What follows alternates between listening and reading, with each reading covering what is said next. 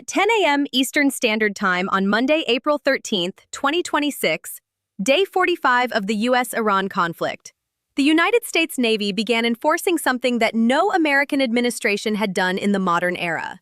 A live naval blockade. Not a warning, not a posture. A full enforcement action, targeting every single vessel linked to Iranian ports across the Strait of Hormuz, the Persian Gulf, and the Gulf of Oman. The move came hours after Vice President J.D. Vance walked out of Islamabad following 21 straight hours of failed negotiations. And it sent oil prices spiking to over $104 a barrel before the morning trading session had even settled. This is what America looks like when the talking stops. Welcome back to Mandy Daily Brief. If you want daily analysis on the conflicts reshaping the world, broken down clearly without the noise, make sure you're subscribed and you have the bell turned on. Today we are going deep on what just happened, why it happened, what the geography actually tells us, and what comes next if Iran makes one wrong move. Let's get into it. For 6 weeks, Iran had been playing a game. A very deliberate, very calculated game. Since February 28, 2026, the day the United States and Israel launched their air campaign and killed Supreme Leader Ali Khamenei, Iran's Islamic Revolutionary Guard Corps had effectively choked the Strait of Hormuz. According to Wikipedia's ongoing documentation of the 2026 Strait of Hormuz crisis, Iran launched 21 confirmed attacks on merchant ships and reportedly laid sea mines throughout the strait. Major shipping firms, Maersk, CMA-CGM, Hapag-Lloyd, all suspended transit. The world's most critical energy corridor went dark. But here's the part that made Washington furious. While Iran was blocking everyone else, it was letting its own oil slip through, charging tolls. Reportedly over $1 million per vessel, according to reporting from CNBC. Iran had turned the Strait of Hormuz into a mafia toll booth, and the regime was pocketing the cash while crude prices rocketed past $100 a barrel, nearly 50% higher than pre-war levels. President Trump called it exactly what it was. Writing on Truth Social, he described the situation as, and I am quoting the statement directly here, world extortion. He added, leaders of countries, especially the United States of America, will never be extorted. Those weren't diplomatic words. That was a declaration of intent. And so, after the Islamabad talks collapsed, after 21 hours, after J.D. Vance flew halfway around the world and got nothing, the order came down. U.S. Central Command received its instructions from the Commander-in-Chief. The blockade would begin. Monday morning, 10 o'clock Eastern. Let's talk about what that order actually means in operational terms, because this is where it gets fascinating. CENTCOM's official statement made a very precise distinction. The blockade, as reported by CBS News, would be enforced impartially against vessels of all nations entering or departing Iranian ports and coastal areas, including all Iranian ports on the Arabian Gulf and Gulf of Oman. But critically, CENTCOM added that it will not impede freedom of navigation for vessels transiting the Strait of Hormuz to and from non-Iranian ports. That nuance is not small. It is the legal and strategic spine of the entire operation. By keeping the strait open for the rest of the world while sealing off Iranian maritime traffic, Washington achieves something extremely precise. It bankrupts the regime without becoming the aggressor that shuts down global energy. It flips the script entirely.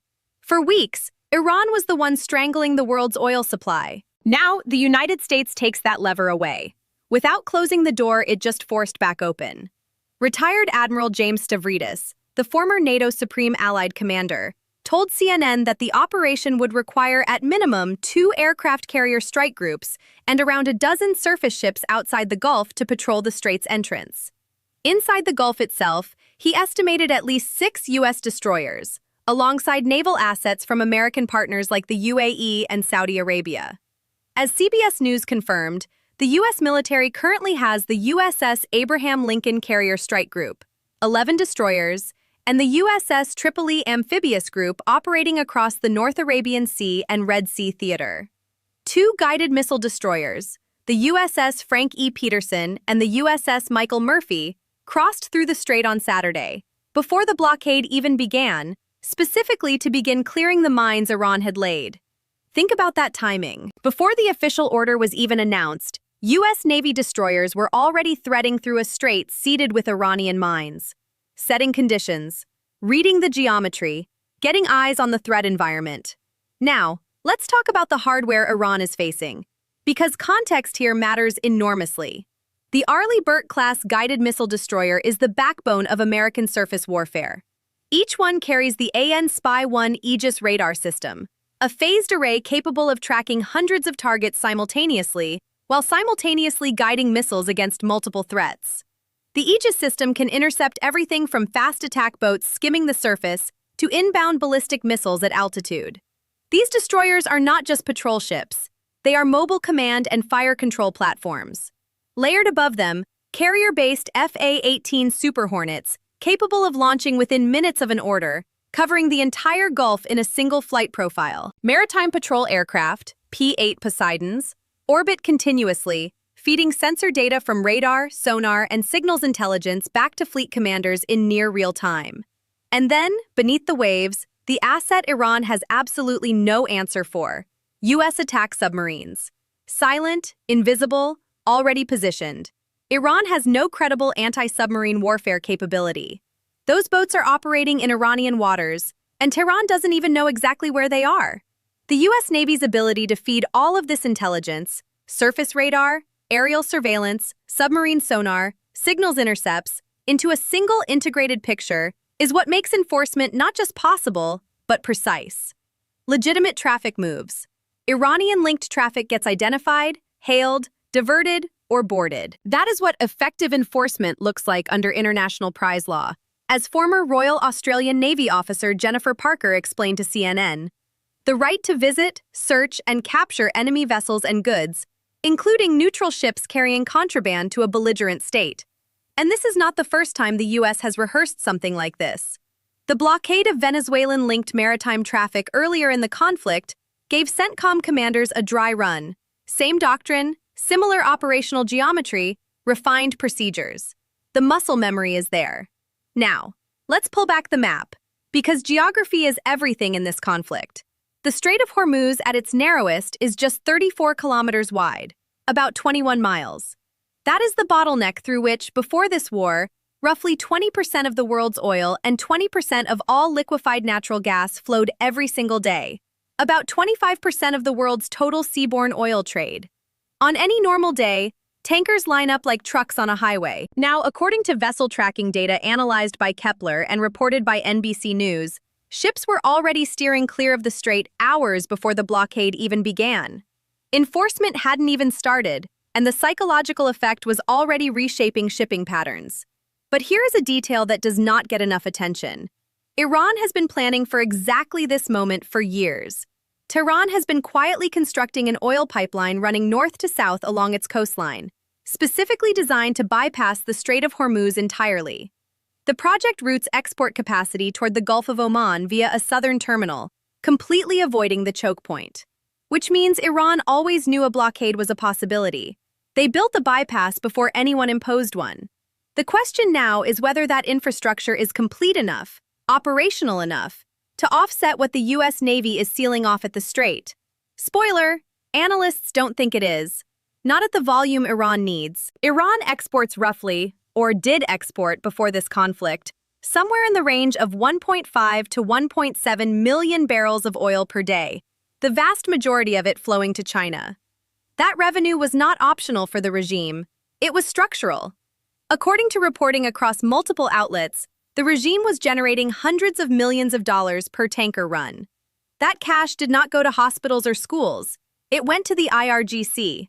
It kept the Revolutionary Guards funded, loyal, and cooperative. Take the cash away, and the political bargain between the clerical class and the military arm of the regime starts to fracture. That is the mechanism. That is why Vance, speaking on Fox News Monday, framed it exactly this way. If the Iranians are going to try to engage in economic terrorism, we're going to abide by the simple principle that no Iranian ships are getting out either. Two can play at that game. That was the message. But Iran did not receive that message quietly. The IRGC Navy responded with immediate rhetoric, declaring that no port in the Persian Gulf or Gulf of Oman would be safe if Iranian facilities faced any pressure. An IRGC spokesman told Iranian state media that any military vessel approaching the strait would be considered a ceasefire violation and would meet what they called a severe response. Iran's Foreign Minister IRGC called the Russian Foreign Minister Lavrov to, according to the Iranian Foreign Ministry's own readout, warn of the dangerous consequences of provocative U.S. actions in the Persian Gulf and the Strait of Hormuz for regional and global peace and security. And then there is Larak Island. If you are looking at the map, and you should be, Larak sits in the Persian Gulf close to the Iranian coastline, inside the northern approaches to the strait. It has functioned as what some analysts have bluntly called a toll booth, the staging point from which IRGC vessels have been operating to harass tankers and coordinate drone launches. Shahed drone launch sites are clustered in this area. If Iran is going to escalate, it almost certainly starts from Larak. The Shahed 136 is a cheap, slow, loitering munition, essentially a one-way kamikaze drone with a warhead. It costs somewhere between $20,000 and $50,000 per unit. It is not a precision weapon, but it does not have to be. Against an unarmed oil tanker, it is devastating. And Iran has hundreds of them positioned along the coastline and on its Gulf islands. The strategic question now is whether Iran will unleash that Shahed inventory against shipping, either the U.S. Navy assets enforcing the blockade or the ports of Gulf neighbors like the UAE, Bahrain, or Saudi Arabia. The IRGC has already made threats in exactly this direction, and with U.S. ships necessarily operating closer to the Iranian shore due to the mined sections of the strait, standoff distances have compressed. The threat environment is tighter than it was even a week ago. But here's the counter-pressure Iran faces.